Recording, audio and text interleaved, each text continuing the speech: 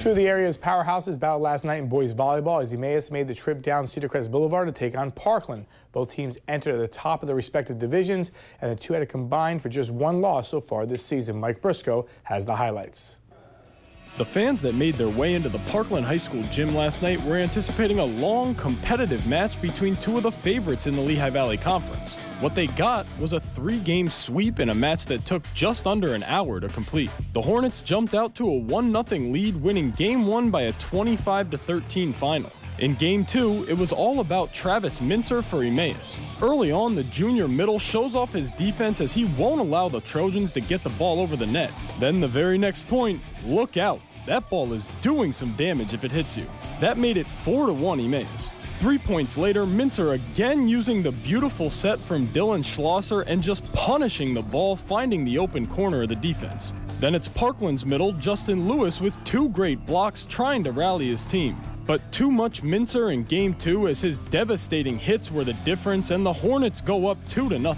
In Game 3, the home team jumped out to a 7-3 lead before the Hornets' sophomore outside hitter Gabe Shankweiler took over. 2 consecutive kills cut the Parkland lead to 7-5, and 2 points later, Shankweiler and Andrew Alville combined for the block, and the momentum is officially back with the guys in green. Emmaus now up 20-15, and Shankweiler goes corner pocket for another kill.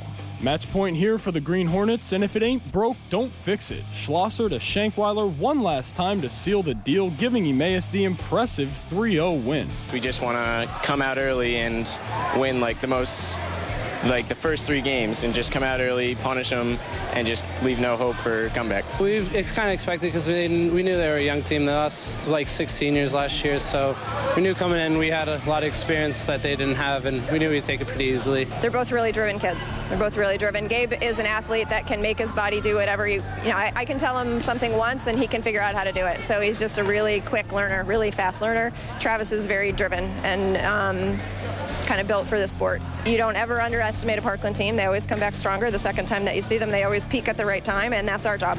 Our job is to not burn out before we get there and to make sure that we're ready to play our best at the end of the season and not tonight. It's safe to say that no one outside the Emmaus locker room expected this matchup of division leaders to be so lopsided.